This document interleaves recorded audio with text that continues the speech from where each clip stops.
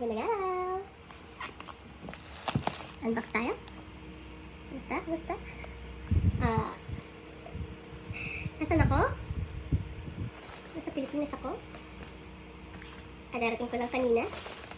At ngayon nga ay i-unbox ko na yung mga pinag-order ko habang nasa Doha ako para hindi na ako maghihintay ng matagal. So, ito, in-unbox ko yung iba. Usually mga skincare lang yung mga gamit namin pag nasa Doha kami. So, ito, secret! Surprise! Bakit pa ako nasa Pilipinas? Kasi, mag-anniversary ang nanay at tatay ko. 50 years. Kaya, umuwi na ako para makiselebrate sa kanila. Although, hindi naman kalakihan ng handaan. Normal lang, simple lang. Pero, kasi, bibihira yung, mag-50th anniversary na magkasama pa, diba? Kaya, siyempre, uuwian natin. So, ako lang yung umuwi. Iiwan yung mga anak ko doon. Oo, ngayon nga, after kung bago ako nag-unbox ito, pinapos ko muna yung Uber trip ng anak ko, yung bunso ko. Kasi, nag-Uber trip ko pang school. Tapos kapag pag-bukasan maayos. Wala kasi akong gunting, hindi ko alam kung nasa yung gunting ko. Kaya, ito na lang muna. Yan. Grabe naman to. Ayan, malapit na. Ay.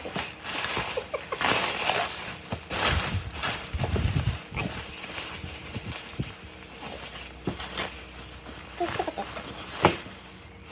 Ayaw pa. Para tayo magpo-open.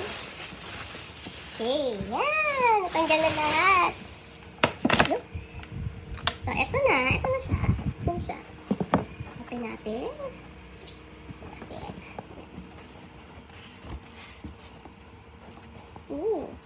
Sandali. Ito siya. This is from Polen. Sign ba to? Walang ko anong basa. Basta, bag siya. Alam niyo naman ako, mahilig ako sa bag. So, ayan. Ito yan. Open natin.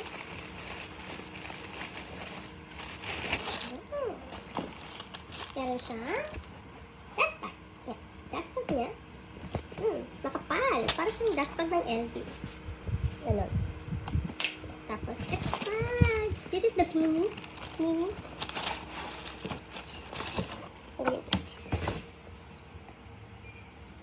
Ito nyo ba? Yan. Ingay ng pusa.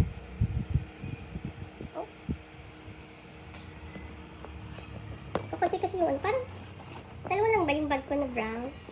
O isa lang? Basta, kasi naging black yung bag ko, kaya nag-ano ako ng brown na bag. So, yan. Ay,